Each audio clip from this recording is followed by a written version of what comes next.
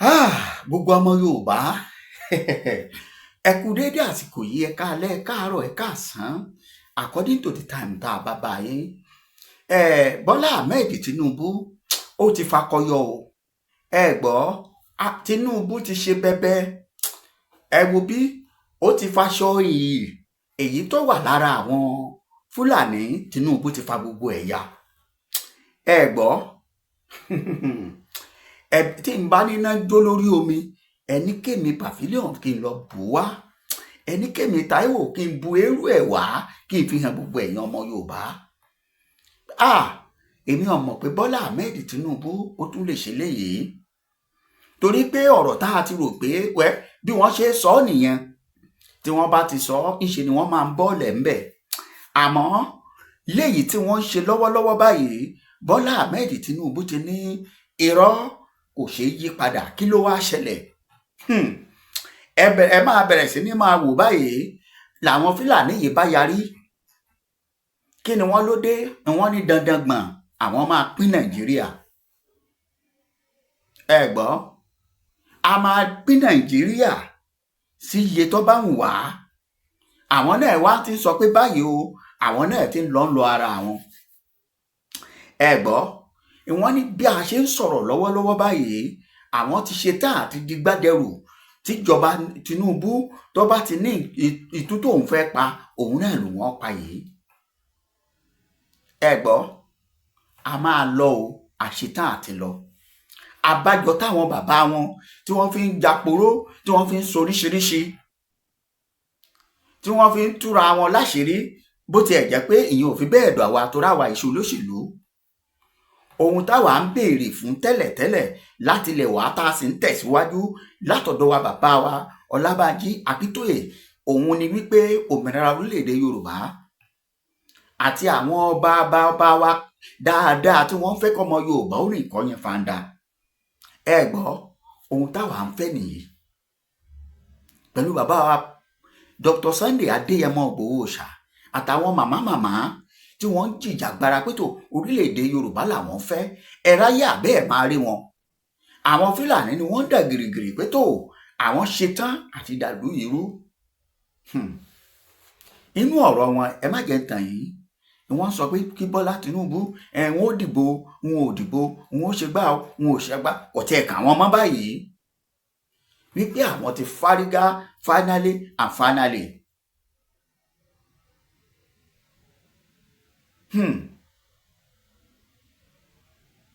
Ẹ gbọ́, ẹ wá rí i wípé ibi tá a gbingi sí igi gbọ́dọ̀ wù ńbẹ̀. Ọmọ Yorùbá àwa lọ́wọ́ á kùn ká máa rìn, ká múra sọ̀rọ̀ ara wa, ká kúrò nídìí ọ̀tẹ̀. Ká gbìyànjú àti yan àwọn karambání tó wà láàrin wa, ká yọ wọ́n dànù.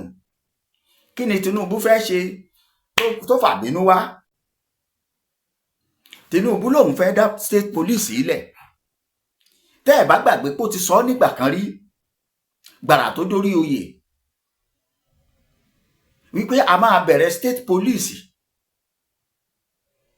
ní èyí tó máa jẹ́ pé irú state police yìí tó wà lọ́yọ̀ọ́, ọmọ Yorùbá ló máa wà ńbẹ̀.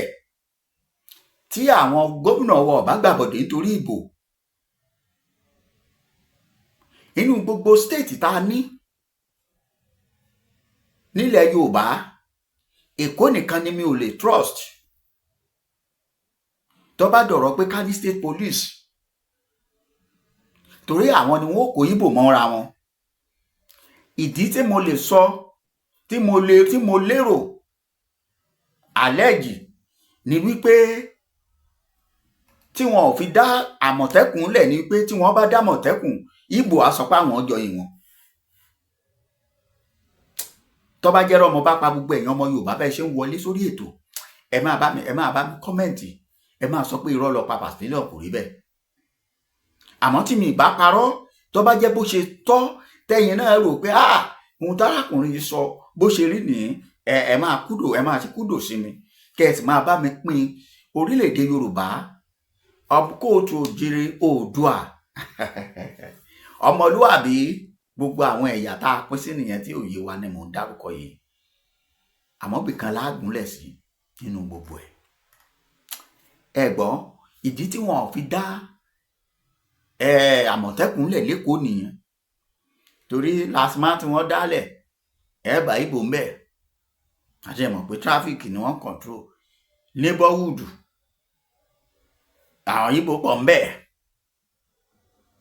kò síbi tó dé bó dé school àwọn lọ́fẹ̀ẹ́ pọ̀ jù.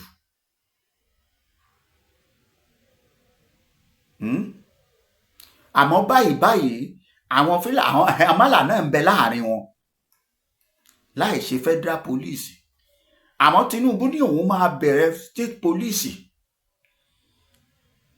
ẹ gbọ́ gbogbo ẹ̀yin olólùfẹ́ wa, pàápàá ẹ̀yin tẹ́ ẹ ní ìmọ̀ jù wá lọ, tẹ́ ẹ ti jáde lọ, bá a bá bẹ̀rẹ̀ state police nílùú yìí, kí ni ipa tó máa ní, kí sì làléébù ẹ̀? ẹ kọ sí comment section. ṣé àléébù ẹ̀ ṣé yóò pọ̀ ju àǹfààní ni, àbá àǹfààní ẹ̀ yóò pọ̀ ju àléébù lọ? ẹ já consider pẹ̀lú Àmọ̀tẹ́kùn, torí lọ́wọ́lọ́wọ́ tá à ń sọ̀rọ̀ yìí a ti ń ríṣẹ́ tí àwọn Àmọ̀tẹ́kùn ń ṣe tẹ́lẹ̀tẹ́lẹ̀. tí n bá tẹ mọ gbogbo mọ́mọ́ ti àdúgbò mi, mọ́mọ́ ti pínlẹ̀ mi, ìpínlẹ̀ Ọ̀yọ́, àwọn Àmọ̀tẹ́kùn ti wa Ọlọ́run àti ìpínlẹ̀ Ògùn, níwọ̀nba àgbà táwọn àwọn gómìnà yìí ti gbọ́ ariwo tá à ń pa, tí wọ́n ti fún wọn níbọn tó tiẹ̀ tún gbé pẹ́ẹ́lí díẹ̀ jùbọn tí wọ́n yìn sáparò tí àwọn ọmọ yìí ń gbé káàkiri tẹ́lẹ̀. ṣùgbọ́n tí wọ́n bá fún wọn ní state police, ìbọn tó wà sophisticated bí àṣẹ olóyìnbó, òun náà ni wọ́n máa lò. nísìn ẹ má jẹ́ tàn yín, ẹ rí tú ní channel mi kejì, ìtú tí àwọn Fúlàní fi wọ́n pa mọ́jú àárọ̀ yìí ní ìpínlẹ̀ Kwara. tẹ́ ẹ fi mọ̀ yìí pé tí Tinubu bá lóun fẹ́ ṣe state police, a máa support ẹ̀ ni. ẹ gbọ́ bó ṣe lọ ní pápápá, torí mi ò fẹ́ kétò yìí ó gùn. ẹ káàbọ̀ bẹ́ẹ̀ ṣe ń wọlé, ẹ máa bá mi pín, ẹ dákun ẹ jọ̀ọ́. President Bola Ahmed Tinubu has said the establishment of state police is unavoidable as part of effort to strengthen security across the country. The president declaration came as Northern Elder yesterday urged him to declare a state of emergency in the north following perpetrated insecurity that has devastated the social, economic, life and development of the regions. Ṣẹ́rí gbogbo ìgbà àwọn àgbààgbà ilẹ̀ Haúsá yìí, òtítọ́ korò, gbogbo ìgbà làwọn máa wà ń jà fún region tiwọn. ẹ̀mélòó láyìn àgbààgbà Yorùbá ti lọ jà fún tiyín? bàbá wa Professor Adébánjí Akíntóyè tí wọ́n ń gbìyànjú wípé tó ẹ jẹ́ káwọn èèyàn yìí, káwọn èèyàn wọ́n bọ́ nínú oko yìí, ṣebí ẹnu ẹ̀gàn náà ni.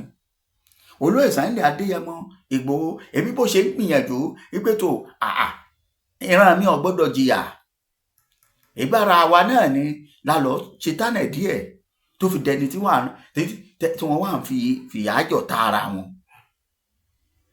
tó wá dẹni tí ṣẹ̀ṣẹ̀ wà ń wọlé tó àwọn lọ́balọ́ba, àwọn tó lẹ́nu lọ́rọ̀ wípé ẹ̀ṣẹ̀ tí ọ̀ṣẹ̀ tí wà ń tọrọ ìdáríjì. ẹ gbọ́ nǹkan tó sọ. ẹ̀yin lẹni mólè, ẹ̀yin lẹni kó lè ọjà, ẹ̀yin lẹni kó lóko ọ̀ṣọ́. bẹ́ẹ̀ bá gbàgbé, ara àwọn àgbààgbà yìí, àgbààgbà wọn ó sá ti sọ, ó ti jẹ́wọ́ pé àwọn ọmọ ìlú táwọn dé orílẹ̀-èdè, ó dákọ̀ àwọn orílẹ̀-èdè tí wọ́n lọ, tí wọ́n ti lọ kó wọn wọlé ní 2011, 2013, 14 láti wọ́n bá lè láǹfààní àti dìbò defeat Jonathan lójú ogun sí wọn lọ́rùn. ẹni kó declare state of emergency. ó jẹ́wọ́ wípé àwọn ọmọ iye táwọn ń lọ san, ta ní fún wọn lówó yẹn gbà yẹn. lóòótọ́ ẹ̀já sọ pé fi ń bàjọba Tinubu jẹ́ ni, ṣùgbọ́n bí tẹ́mi ń lọ rí, àgbààgbà mélòó nínú ẹ̀yin àgbààgbà wa, nínú ẹ̀yin kábíyèsí wa nínú ẹ̀yin tẹ́ ẹ ṣe kábíyèsí tẹ́ ẹ lágbára tẹ́ ẹ lẹ́nu lọ́rọ̀ àárín àwọn rẹ́ẹ̀pù lọ wọ́n bá ti dọ̀hún ìmí ò tẹ́ ẹ lè pe fígọ̀ níbi tó yẹ̀rù owó gbé bá dé ọlọ́run lọ́mọ iye owó tó rí kó tó débẹ̀ tipátipá nínú gbogbo àwọn tó lọ rẹpísẹ́ǹtì ìran Yorùbá ló fi máa rẹ́yọ ẹnìkan tí wọ́n máa sọ̀rọ̀ tí ìwé ìròyìn ó gbé pépà ni wọ́n ń kà oorun àti house kìíní o àti kejì ìmí ẹ̀ tí ẹ̀ ti lè ti lọ bí bísínẹ́sì ẹ̀ bọ̀bá dé nígbà tí ò sẹ́ni tí ó yẹ constituency wò bóyá ó ṣiṣẹ́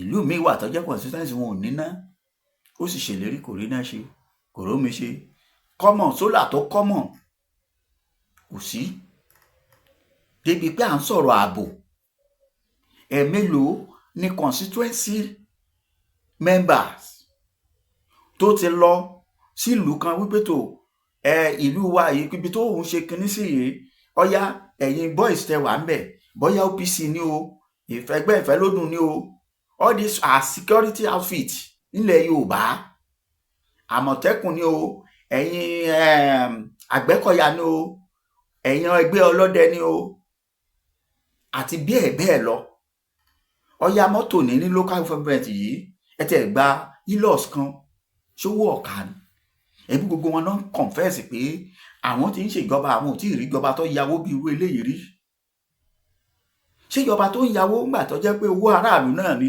àti yọ subsidy àwa ló ń sanwó àárín epo 800 900 ṣebí kẹ́ẹ̀lì bá develop ìlú wa láti tún fún yín lówó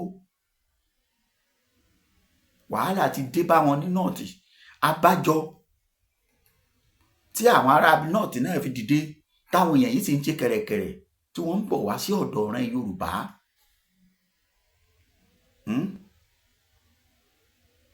tí wọ́n ń rọ́ tìkẹ́tìkẹ́ ẹ dákun ẹ bá mi pín tí wọ́n ti ń rọ́ wá ẹ má gbàgbé pé àwọn àgbààgbà kan ti sọ̀rọ̀ kan gbà kan wípé tí ogun bá máa wọlé sọ́dọ̀ Yorùbá Kwara ni wọ́n ti bá wọlé ṣé wọn máa wọlé nísìn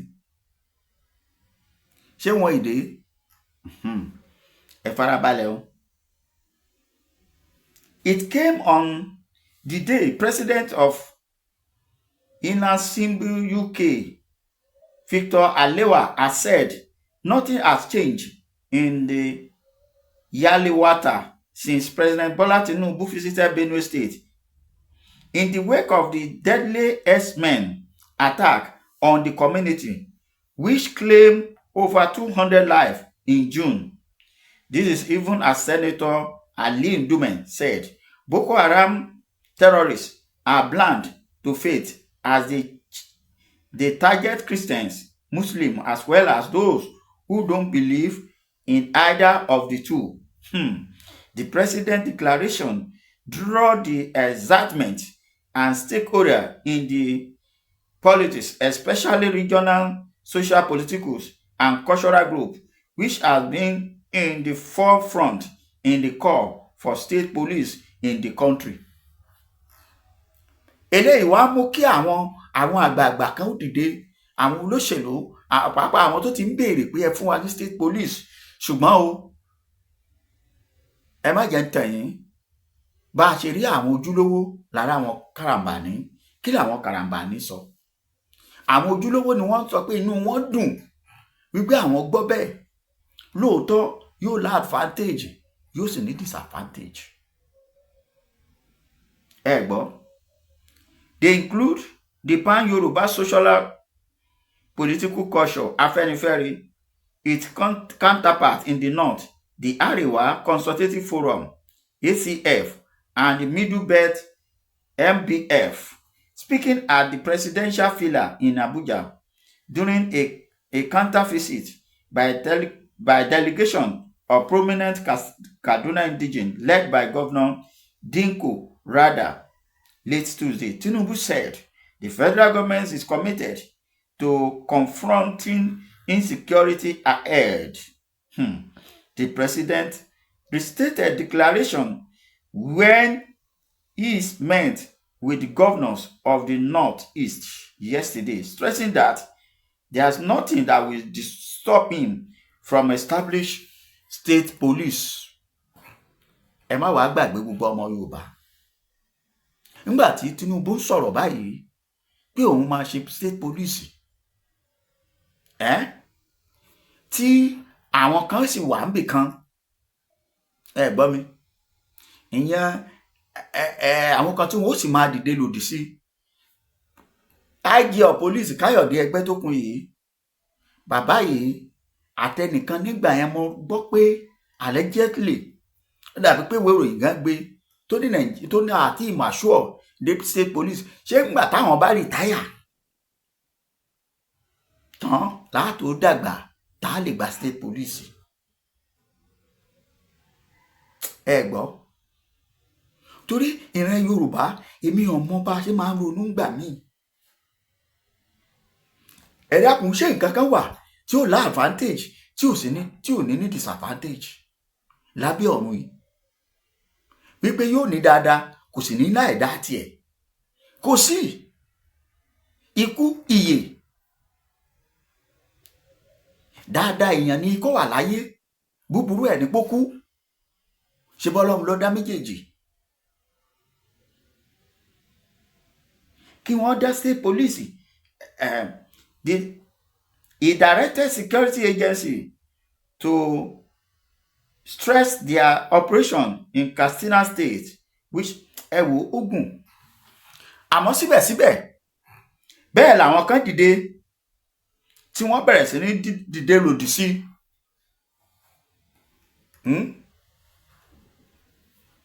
làwọn kan bá dìde náà bá fárígá ó wà ń bẹ̀ ó pọ̀ ní mi ìfẹ́ gbà yín lásìkò mọ́ wípé rọ́ o àwọn ọgbà àwọn ọ̀fẹ́ yóò di political àwọn gómìnà máa lù wọ́n as a political talk kí ni dé tó máa lo Àmọ̀tẹ́kùn as a political talk lọ́dọ̀ tí wá ń bí kí ni dé tí wọ́n máa lo LASTMA lẹ́kọ̀ọ́ torí àwọn ò ní Àmọ̀tẹ́kùn àwọn tó ń gbébẹ̀ sọ fún wa pé wọn ò lámọ̀tẹ́kùn àwa náà sì ń lọ bẹ̀ àrípa àbámọ̀tẹ́kùn pàdé rí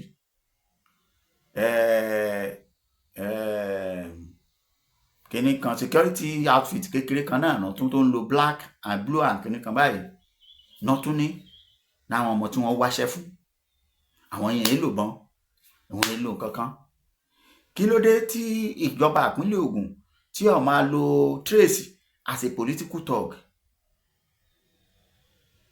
kí wọ́n máa torí pé gbogbo a máa gbèdè ara wa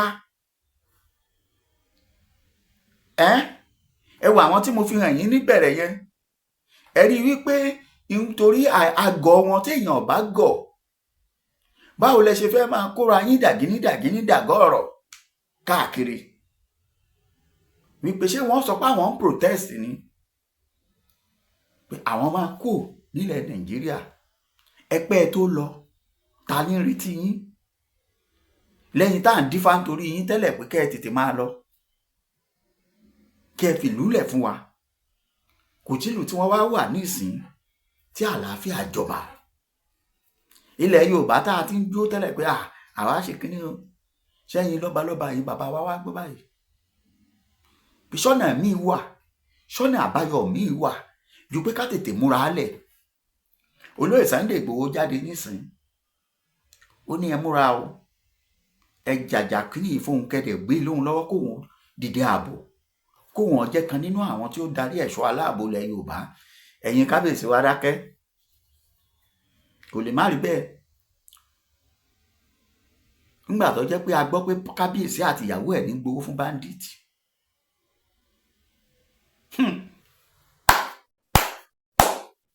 àmọ́ kì í ṣe kábíyèsí ilẹ̀ Yorùbá bí mo ṣe gbọ́ o wọ́n lọ́ndà Emirate lọ́wọ́ kí làwọn kábíyèsí kọ̀ọ̀kan tọ́wọ́ tí wọn ò sí lọ́ndà Emirate wò ó ti délẹ̀ báyìí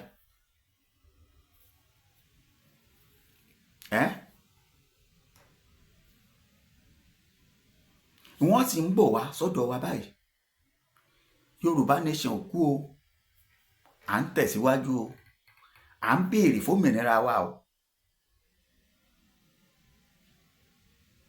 bẹ́ẹ̀ ni àmọ́ ààbò ilẹ̀ wa yìí gbọ́dọ̀ ṣe kókó ná bí bá a sì ọ̀bá sì kí ni bá a là bá fẹ́ lá bí ó bá sí àlàáfíà nílẹ̀ wa níbo la fẹ́ rù ú gbà? Ohun tá à ń sọ nìyẹn, ohun tá à ń jẹ́ kó yé gbogbo èèyàn nìyẹn. Pàápàá àwa Yorùbá, Ààrẹ Ọ̀nà Kakanfò, Ààrẹ Títí Kakanfò, Ààrẹ inú ilé Kakanfò, Ààrẹ kíní kan, Báṣọ̀run Tóògùn kíní kan, ohunkóhun tó ẹ bá nílẹ̀ Yorùbá ẹ jẹ́ á fọwọ́sowọ́pọ̀. Ẹ̀yin kábíyèsí, ẹ gbọ́ nǹkan tí olóyè Sunday ń sọ. Bí wọ́n ṣe ń wọ Kwara, wọ́n ti fẹ́ pa gbogbo ilẹ̀ Kwara, wọ́n ti gbàlú 4 tó jẹ́lẹ̀ Yorùbá tó ti ṣúọ̀ fún wọn báyìí. Now tí wọ́n bá ti kó Kwara ó dọ̀ṣun, gómìnà Ọ̀ṣun tiẹ̀ Ìjó ni. Mo ṣọ́ pé tó bá gbọ́ pé bandit ń bọ̀ tí wọ́n bá ń play Davido fún yóò máa jó àbí sàásùn, Ìjó ni títí ẹ̀. Òun náà gbìyànjú lórí security o. Wọ́n ti dí pẹ̀lú Oǹdó àti Èkìtì dáadáa. Ìgbà táwọn yẹn ṣíjú sí wọn, wọ́n wọ Kwara, wọ́n ń bọ̀ wọ́ṣun. Bọ́ṣun bá lè gọrẹ̀ ó dọ̀yọ́, àmọ́ mo mọ̀ pé kò ní kéré lọ́yọ̀ọ́. Wọn ò ní bá ń bi tó dáa pẹ̀lú ògo Ọlọ́run, lágbára lọ́wọ́ Ọlọ́run àti lágbára lọ́wọ́ àwọn àgbààgbà tó wà nípínlẹ̀ Ọ̀yọ́ àti gómìnà wa Olúwaṣèyí ọmọ Mákindé. Kálukú ló ní àléébù tiẹ̀, ṣùgbọ́n lórí ètò ààbò nílùú Ọ̀yọ́ ṣàbọ̀sángúdù ẹ̀rí. A tún pàdé, ẹ ṣé mo dúpẹ́. A máa pín orílẹ̀-èdè yìí ni àwọn Fúlàní yarí mọ́ Tinubu lọ́wọ́. Ó dàbọ̀. Wípé dáadáa àwọn máa pín ní láìsí àní-àní, pínpín làwọn fẹ́ pín orílẹ̀-èdè Yorùbá. Tákòtán ọmọ Yorùbá ṣe ìwà rí pé ó yẹ ká múra sọ́rọ̀ ara wa, àbí bá ṣe máa bá a lọ rèé? Bẹ́ẹ̀ kọ́, ẹ jẹ́ á pe àrò àtọ̀dọ̀fínú wa. Àmọ́ ká tó máa lọ, ẹ jẹ́ á gbọ́ nǹkan tí bàbá wa yìí ní bá wa sọ. Mo ń sọ̀rọ̀ nípa Pásítọ̀ Táíwò Ṣólóyè, bàbá orí òkè agbára àṣẹ àti ìtúsílẹ̀. Ó sì láǹfààní àti pé ẹ̀rọ ìbánisọ̀rọ̀ wọn láti lè bá wọn sọ̀rọ̀ lórí ohunkóhun tó bá fẹ́ àbí tó bá dàbí pé òru yín lójú. Ẹ̀rọ ìbánisọ̀rọ̀ bàbá rèé +234 7025 47 5427 +234 7025 47 5427. Ẹ̀rọ ìbánisọ̀rọ̀ tó lè fi pe bàbá sí ní bàbá yìí jẹ́ kan nínú àwọn wòlíì tó jẹ́ pé bí wọ́n bá ti sọ bẹ́ẹ̀ ní rí. Dá wọn wò ó sì mọ̀ pé rere ni Ọlọ́run wọn. Ọ̀yá ẹ bá ń fohùn sí nínú ilé bẹ́ẹ̀ ṣe ń gbọ́ ká máa fi èyí ṣe lọ. Ohun rèé. Masali kaoribaya kasaidaya gaba. Gbọ́rọ̀ àṣẹ látẹnu mi. Ìwọ tó lè ṣàmì lórúkọ Jésù. Ọ̀dájú ogun tó ní tòun bá rẹ́yìn òun ò ní padà. Lórúkọ Ọlọ́run bàbá tọmọ tẹ̀mí mímọ́, iná Ọlọ́run kó jó dànù. Orúkọ mi ní Prophet Ṣólóyè Táíwò, bàbá orí òkè àṣẹ àtagbára. Látorí òkè àṣẹ àtagbára tó wà ní Gbẹ́ńkú area, Olódó garage nílùú Ìbàdàn. Máa sádàlí kàfà gbọ́ọ̀rọ̀ Olúwa. Ọ̀dájú ènìyàn tó bá ọ rìn tó lóun ní jẹ́ kó rógòlù láyé, irú ẹni bẹ́ẹ̀ lórúkọ Jésù idà ọ̀run kó gé wọn dànù. Wòmísà, Olúwa rán mi sí ọ̀pọ̀lọpọ̀ àwọn ènìyàn. Kí ni t'Olúwa dẹ̀ fi rán mi sí ọ? Òun náà ni pé má sọ ìrètí nù.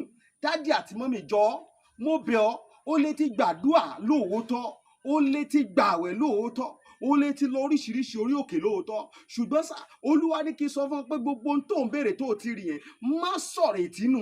Tó bá ṣeé ṣe, oh my God, tí Jésù bá lè jí Lásárù, òkú ọjọ́ 3, òkú tó ti kú fún ọjọ́ 3 tó ti ń rùn, táwọn èèyàn ti ń wò pé báwo làwọn ṣe fẹ́ ṣe, tí agbára Ọlọ́run bá lè jí òkú yẹn dìde, gbogbo ohun tí wọn náà ń lé tó dàbí pé kò tí tẹ̀ ọ́ lọ́wọ́ máa sádàlíkàbà. Olúwa ló máa ṣe fún ọ. Gbọ́ mi sà, ṣé ìgbéyàwó tiẹ̀ gangan òun ló dàrú ni? Oh my God, ṣé iṣẹ́ lòun wá tó ò tí ì rí? màsádàlì kàpárìbàyà kàsáìdàyà. Ṣé ìgbéga ló ń wá lẹ́nu iṣẹ́ tó ò tí rí? Kí ló ń tó o ti ń dààmú káàkiri? Ṣé ọmọ tó o ti ẹ̀bí ló ń fún ọ ní wàhálà ní gbogbo ìgbà tó o ti lọ káàkiri tó dàbí pé o ti rí ọ̀nà àbáyọ? Olúwa ní kí n sọ fún ọ pé má sọ ìrètí nù. Wòmísà, o ò tí ì pàdé ẹni tá a rán sí ọ ni. Òun ló fà á. Ṣùgbọ́n Olúwa rán mi sọ pé àkókò rẹ ti tó. Òun fẹ́ tú ọ sílẹ̀ nínú gbogbo àjàgà ogun èyí tí ayé rẹ wà. Ẹnìkan máa ṣàmẹ gbọ́ọ̀rọ̀ Olúwa, gbogbo àjàgà ogun lórí ayé rẹ, gbogbo àjàgà ogun lórí àyànmọ́ rẹ, lórúkọ Jésù iná Ọlọ́run kó jádànù. Wòmísà, bóyá o tiẹ̀ wà lókè òkun ò ń ṣiṣẹ́ ṣùgbọ́n síbẹ̀ ò lákojọ. Bóyá o tiẹ̀ wà lókè òkun ò wáwé ìgbèlú ṣùgbọ́n ó ti dààmú káàkiri ṣùgbọ́n ó dàbí pé kò tí ì tẹ̀ ọ́ lọ́wọ́. Bóyá o tiẹ̀ wà lókè ní Nàìjíríà tí wọn náà ń lé visa ṣùgbọ́n tó jẹ́ pé gbogbo ìgbà ni wọ́n ń decline visa rẹ̀. Gbọ́ ìròyìn ayọ̀ rèé fún ọ. Olúwa ló fẹ́ yọ̀ǹda rẹ̀ fún ọ pẹ̀lú ọwọ́ agbára. Mi ò ní àkókò tó pọ̀ ṣùgbọ́n t'Olúwa rán mi ní sí ọ ni pé jẹ́ a jọ gbàdúrà papọ̀, jẹ́ a jọ wá ojú Olúwa. Kí ni orísun ogun tó ń jà ọ́ gan? Wọn ò tí ì rí orísun ogun tó ń jà ọ́ ló fi dàbí pé kò tí ì sí ọ̀nà àbáyọ. Jẹ́ kí n gbàdúrà pẹ̀lú rẹ, jẹ́ n ṣọ́nà fún ọ. Tí Olúwa bá sọ fún mi lórí ọ̀rọ̀ ayé rẹ, ìwọ náà jájọ gbàdúrà lé lórí. Kó wá wò pé ṣé lóòótọ́ ṣé wòlíì ni mo pè ní àbí kì í ṣe wòlíì. Wòmísà, tó o bá pe wòlíì, ìwọ kọ́ ni wàá ṣàlàyé orísun ogun tó ń jà ọ́. Wòlíì lolúwa máa mí sí tí ó sọ àṣírí ogun tó ń jà ọ́, tí wàá sì rí i pé lóòótọ́ àṣẹ ni tọ́lọ́run rán sí mi rèé. Wòmísà, ọ̀pọ̀lọpọ̀ àwọn ìyanu ló ṣẹlẹ̀ lórí òkè tí mo ti ń bá ọ sọ̀rọ̀ yìí ṣùgbọ́n mélòó ni mo fẹ́ tẹnubọ̀ nínú àwọn ìyanu tó ń ṣẹlẹ̀. Ṣùgbọ́n wọn náà lè gbìyànjú jájọ gbàdúrà má jẹ́ kó sú ọ, jájọ gbàdúrà. Mo máa ń sọ ní gbogbo ibi tí n bá dé, màá sọ fún ọ pé ọjọ́ tó bá lọ sọ pé ò ṣe mọ́, ìjọ ẹ̀ báyìí náà lógun ti borí ayé yẹn. Lórúkọ Jésù ogun ò ní borí ayé rẹ. Ẹ̀rọ ìbánisọ̀rọ̀ tí wàá fi pè mí fún àdúrà àti ọ̀nà àbáyọ sí ogun tó ń jà ọ́. Nọ́mbà yẹn rẹ o, orí WhatsApp nọ́mbà gangan tí wàá fi pè mí sí, òun náà ni +234 70 25 47 54 27 +2